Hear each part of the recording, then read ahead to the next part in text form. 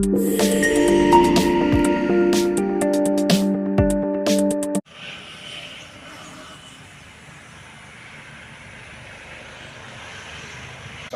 నీళ్ళే, ఏటులో నీళ్ళే, చెరువులో నీళ్ళే, వాగులో నీళ్ళే, కెనాల్లో నీళ్ళే, స్విమ్మింగ్ పూల్లో నీళ్ళే, బావిలో నీళ్ళే. ఇందాక చెప్పాను కదా, మైన్స్ గుంతలు కూడా నీళ్ళే. నీళ్లు ఎక్కడున్నప్పుడు ఒకే లెవెల్ కనిపిస్తాయి. ఏ లెవెల్ సముద్రంలో మాత్రం అలలు ఉంటాయి కాబట్టి గాలి ద్వారా అట్లా కనిపిస్తాయి కానీ లెవెల్ మాత్రం ఒకటే. అర్థమైందా? ఇక లోతు అనేది మనకు తెలియదు. ఎక్కడ తెలుస్తుంది?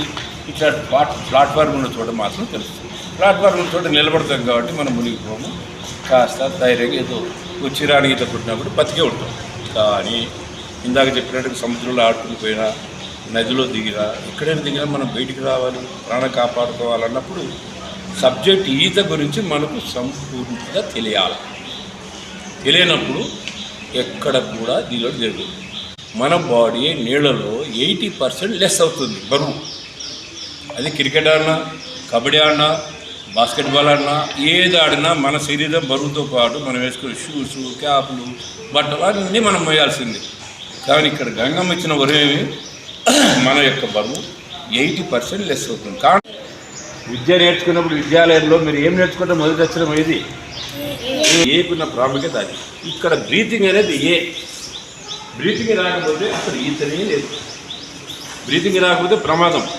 బ్రీతింగ్ కరెక్ట్ వస్తే కంటిన్యూగా నాన్ స్టాప్ 1 hour 2 hours చేసినా ఏమీ కాదు, బ్రీతింగ్ వస్తుంది. ఎందుకంటే నీళ్లు మింగం ఇవన్నీ ఇలా చేయలేదు. ఇట్లా ముందుకెళ్తే మన చేయి తెద్దు మారి మన శరీరం పడవనుకుని ఎన్నిక లాగాలి నీళ్ళని అలా వెళ్ళిపోవాలి. అర్థమైందా? మీరు హైట్ పెరిగింది దీనివల్ల పెరిగారు. పాదం చివరైపోతున్నాను. ఇది నేను పెరిగింది, దాన్ని మాత్రం వాడుకుంటా. ఇదంతా వాడాలే, చూస్తున్నారా? ఇదంతా కాలు వాడాలే, ఇది మాత్రం వాడుతున్నా.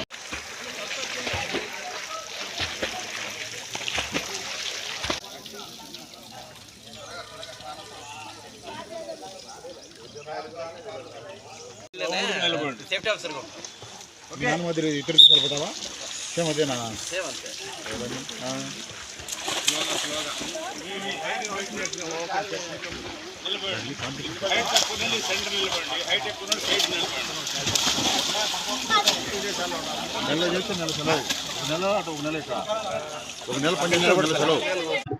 నా పేరు లక్ష్మీనారాయణ రెడ్డి. నేను మాజీ సైనికుడిని. ఆర్టీఓ ఆఫీసులో రీజనల్ ఆర్టీఓ ఆఫీసులో సీనియర్ అసిస్టెంట్గా రిటైర్ అయ్యాను. నేను జాబ్ చేస్తున్న సందర్భంలోనే ఒకసారి నాకు 170 హై బీపీ రావడము, హాస్పిటల్ అడ్మిట్ కావడము. ఈత నేర్చుకుంటే బీపీ, షుగరు, బ్యాక్ పెయిన్ ఇలాంటివి రావని మా కోచ్ ఎక్సర్వీస్ మెనే ఆయన చెప్పడం వల్ల నేను ఈత నేర్చుకుని నా పిల్లలు కూడా ఈత నేర్పించి వాళ్ళు జాతీయ క్రీడల్లో రాణిస్తున్నారు. నేను ఇంటర్నేషనల్ కూడా గోల్డ్ మెడల్ సాధిస్తున్నాను. కారణం ఏంటంటే ఆరోగ్యపరంగా కాకుండా శారీరపరంగా కూడా చాలా యాక్టివ్ ఉంటారు. నా వయసు 78. స్టిల్ ఈ రోజు వరకు ఇక్కడ నేర్చుకున్నదే ఆల్ ఇండియా లెవెల్లో మేము పోగలిగినాం. ఈ యొక్క స్విమ్మింగ్ పూల్లోనే. కడపలో ఒకప్పుడు ఈ పూలే చాలా పెద్దది. కడపోత్సవాలు సినిమా యాక్టర్లు, ఐఏఎస్ ఆఫీసర్లు కూడా ఇక్కడ వచ్చి చేసిన సందర్భాలు ఉన్నాయి 2004లో.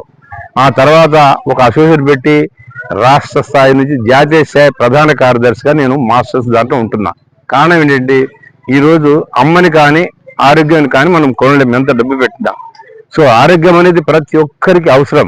కానీ చిన్న చిన్న వయసులోనే హార్ట్ అటాక్లు రావడం, షుగరు, బీపీ, బ్యాక్ పెయిన్ రావడం చూసిన తర్వాత ఈ అసోసియేషన్ ద్వారా మనం సేవ చేయాలి 10 మందికి అన్న సదాభిప్రాయంతోనే నేను ఆర్గనైజ్ స్టార్ట్ చేశాను. అయితే సమ్మర్లో మాత్రము చిన్న చిన్న పిల్లలు కావచ్చు, పెద్దలు కావచ్చు, ఈత నేర్చుకోవడం వల్ల కంటిన్యూ చేస్తే ఆరోగ్యము, ప్రమాదం జరగకుండా ఈత నేర్చుకున్నాక ఉపయోగమే. కాబట్టి ఈ సమ్మర్ కోచింగ్ క్యాంపులు 2004 నుంచి స్టిల్ ఈ రోజు వరకు ఈ జిల్లాలో కోచింగ్ క్యాంపు నిర్వహిస్తూనే ఉన్నాము. నాకు శిష్యులు వీళ్ళు సురేష్ గారు, బాబు గారు నాతో పాటు ఉంటారు. నేను లిమిటెడ్ టైం ఉంటాను, ఎందుకంటే ఆల్ ఇండియాలో ఎక్కడెక్కడో హైకోర్టు జడ్జిలు కూడా ఈత నేర్పిస్తున్నా. కారణం ఏమి? చీఫ్ గెస్ట్ వచ్చిన జడ్జి గారు ఈతలో ఇంత ఇదిగుందా, ఇంత ఫాస్ట్నెస్ యాక్టివ్గా ఉంటారా, మేము నేర్చుకుంటామని ఆ వయసు అయినా అంత పెద్ద క్యాడర్ అయినా కూడా మంగళగిరిలో ఈత నేర్చుకుంటున్నారు. కారణం ఏమిటి? ఈత వల్ల ఎంతో లబ్ధి ఉంది అనేది చాలా మందికి ఇంకా తెలియదు. షుగరు, బీపీ ఎందుకు వస్తాయి అనేది అది పూర్వీకుల నుంచి వచ్చేటివే కాకుండా మన ఆహార అలవాట్ల వల్ల కూడా వస్తాయని తెలియదు. వాటిని దూరం చేసుకోలేదు ఏదైనా ఉందంటే మనం బయట దుమ్ము ధూళి ఏదైనా తగిలినా స్నానం చేస్తేనే సబ్బుతో పోతాయి. కనపడని జబ్బులు లోపల ఏమి ఉంటాయి? బీపీ, షుగరు, బ్యాక్ పెయిన్, ఇవి కనపడవు ఎవరికి. ఇలాంటివి రాకుండా ఉండడానికి ఈత చాలా ముఖ్యమైనది.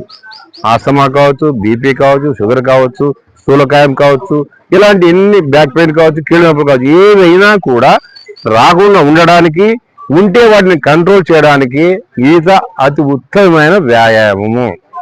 ఇది నేను గ్రహించే అందరికి చెప్తూ అవేర్నెస్ క్యాంపులు పెడుతూ స్కూల్ పిల్లలకు కూడా తెలియక అమాయకంగా నీటిలో చనిపోతుంటే స్కూల్లో హాఫ్ అన్ అవర్ ప్రేయర్లో పోయి అవేర్నెస్ క్లాస్ తీసుకోవడం జరిగింది. స్విమ్మింగ్ చేయకున్నా పర్వాలేదు, మీకు సైకిల్ తొక్కే అలవాటు ఉంటే నీటిలో ధైర్యంగా మీరు బ్రతుకుతారని ప్రాక్టికల్ గా చూపించాను వాళ్ళకు. ఈత రాకుండా మీరు బ్రతుకుతారు, కానీ సైకిల్ తొక్కే అలవాటు ఉండాలి. ఈ విధంగా అవేర్నెస్ క్లాసులు కూడా తీసుకున్నాను. దానివల్ల చాలా మంది ఈత నేర్చుకుంటున్నారు. నాకు మొట్టమొదటిగా ఈత నేర్పించే అవకాశం ఇచ్చిన ఈ పూలు, నేను లైఫ్ లో బ్రతుకున్నంత వరకు ఈ స్విమ్మింగ్ పూల్ కానీ రుద్రులు కానీ నేను మర్చిపోను. నాకే కాకుండా ఇక్కడ నేర్చుకున్న కొందరు మిత్రుల బిడ్డలు కావచ్చు, కొడుకులు కావచ్చు, ఉద్యోగాలు చేస్తున్నారు, బ్యాంకులో చేస్తున్నారు, ఇంజనీర్లుగా అయిపోయినారు. ఈ పూలు నేర్చుకున్న వాళ్ళే. అంత చరిత్ర గల ఈ పూల్లో ఈ కోచింగ్ క్యాంప్ నిర్వహించడానికి ఈరోజు మేము ముందుకు రావడం జరిగింది.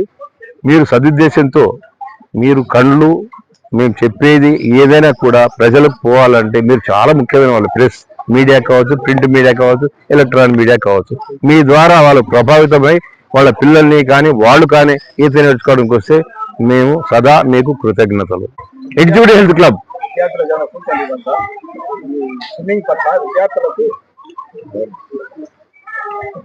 ఏ విద్యార్థి అయినా సమ్మర్ వస్తే ఆడుకోవడానికి వెళ్తా ఉంటారు, తెలియనితనంతో ఈతలు దిగుతారు, వెనక మునగబెండు ఫుట్బాల్ కట్టుకుంటారు, కానీ బ్రీతింగ్ రాదు, వాళ్ళ మామకు రాదు, తాతగా రాదు అక్కడ నేర్చుకోలేకపోయినప్పుడు. కానీ ఇక్కడ బ్రీతింగ్ తో సహా కాళ్ళు కానీ చేతులు కానీ ఏ విధంగా మనం నీళ్ళలో ఉపయోగించుకుంటే సులభంగా మనం ఈత నేర్చుకోవచ్చు. సముద్రమైనా బయటికి రావచ్చు, ఫ్లోటింగ్ వాటర్ అయినా బయటికి రావచ్చు, పెద్ద చెరువు అయినా బయటికి రావచ్చు అనే సిస్టాన్ని మనం ఇక్కడ విద్యార్థులకు అందరికి, ఇక్కడ మా విద్యార్థులు అంటే ఈత నేర్చుకునే విద్యార్థులే, కానీ బయట విద్యార్థులు ఇంకా తెలియలేదు. తెలియాలంటే దానికి మీరే సాధన. మీరు చెప్పండి. అందరి విద్యార్థులు బాడీలో ఉన్నటువంటి ప్రతి పార్ట్ కదిలేది ఏదైనా ఉందంటే ఏ క్రీడలో లేదు, ఒక్క ఈతలో మాత్రమే ఉంది. క్రీడ అనే దానికంటే వ్యాయామం అందాం మనం. కబడ్డీ కావచ్చు, క్రికెట్ కావచ్చు, అన్ని కూడా వ్యాయామాలే. యోగా కూడా కావచ్చు. యోగా కూడా ఒక్కొక్క పార్ట్ కదులుతుంది తప్ప ఒకేసారి బొటికి నీళ్ళ నుంచి తల వరకు ఉన్నటువంటి ప్రతి పార్ట్ అన్ని కూడా ఒక్క ఈతలో మాత్రమే ప్రభావితం అవుతాయి, ఎక్సర్సైజ్ చేస్తాయి. అందువల్ల షుగర్ ఉండదు, బీపీ ఉండదు, బ్యాక్ పెయిన్ ఉండదు, ఏది ఉండదు. అన్ని రకాల ఆరోగ్యవంతమైన వ్యాయామం ఏదైనా ఉందంటే తల్లి గర్భంలో ఉన్నప్పుడు ఏ విధంగా బొద్దుగా ముద్దుగా ఏ జీవి అయినా వస్తుందో ఈ గంగమ్మ తల్లి గర్భంలో మనం ఈత కొట్టడం వల్ల మనం కూడా ఆరోగ్యవంతులుగా ఆనందంగా ఉండవచ్చు. విద్యార్థులకు స్కూల్లో విద్య ఏ విధంగా నేర్పిస్తారో ఈత కూడా ఒక విద్యాన్ని మీరు నేర్చుకుంటే మీరు ఎక్కడికో వెళ్ళినప్పుడు అక్కడ నీళ్లు కనిపిస్తే దిగితే మీరు తిరిగి రాని పరిస్థితులు ఉన్నాయి. చాలా మంది ప్రతిరోజు న్యూస్ చూస్తూనే ఉంటాం. కాబట్టి విద్యార్థులు దయచేసి ఎక్కడో చోట ఈత నేర్చుకోండి. ఈత కూడా మీ విద్యలో ఒక భాగం అనుకోండి. మరి మీ ప్రాణాలు కాపాడుకోవాలంటే ఇప్పుడు చుట్టూ వరదలు ఉన్నాయి, తుఫాన్లు ఉన్నాయి, నదులు ఉన్నాయి, సముద్రాలు ఉన్నాయి మన భారతదేశానికి.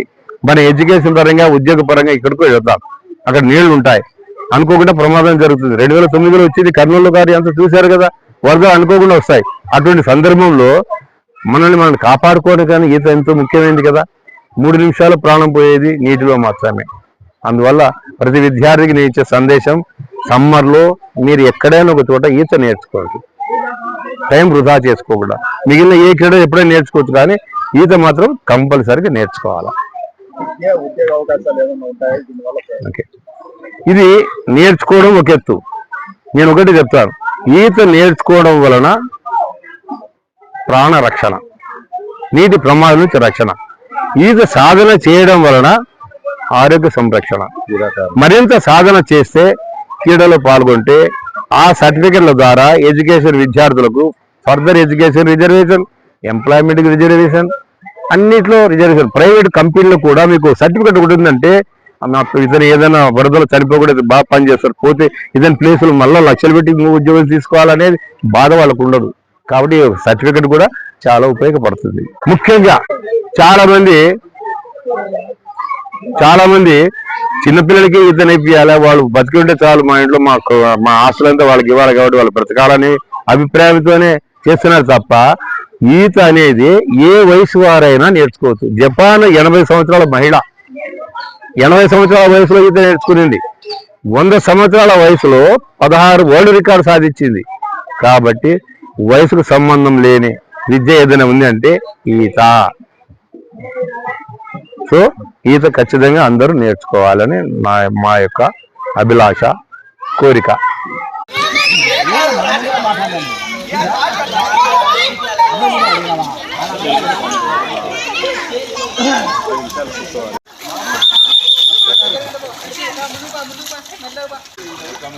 దృష్ట్యా పెట్టండి అందరూ పైన చూడండి. అందులో పాస్ అయితేనే ఇప్పుడు అమ్మాయి గెట్ రెడీ.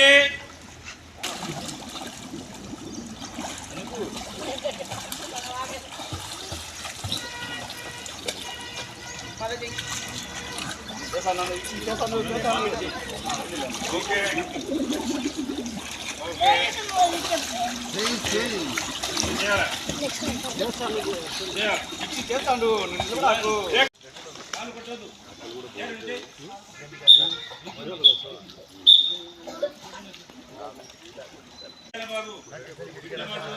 గాలి తీసుకునేందుకు లోపల అయిపోవాలా, బయటకు వచ్చి గాలి తీసుకోకూడదు, అయిపోవాలా.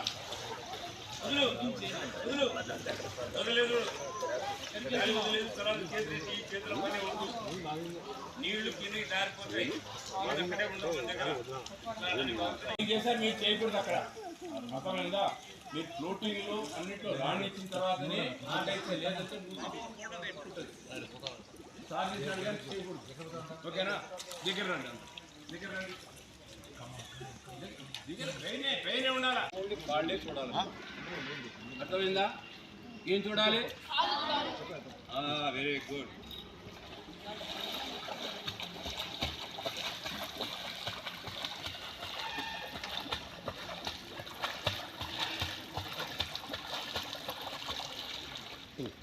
వాళ్ళు పక్కకు పోయినాయా, రేపులు వేసాయా, ఏం చేశారు రకాలు పాదాలు ఇదే కదా, సునాయాసంగా ముందుకు పోయినా పోయలేదా?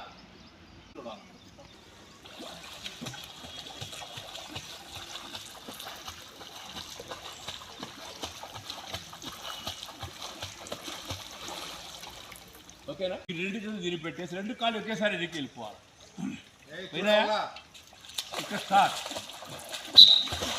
చూసారా? ఇవన్నీ వృధా, గమనించారా? అవన్నీ చేయకూడదు. ఓకే చూడు, పక్క పక్కనే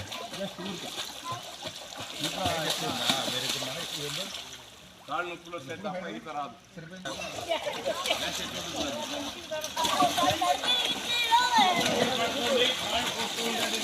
పైకెక్కి పెట్టుకొని కాళ్ళు కొట్టండి. చూస్తాను, నన్ను చూడకూడదు, పైకెక్కి కాళ్ళు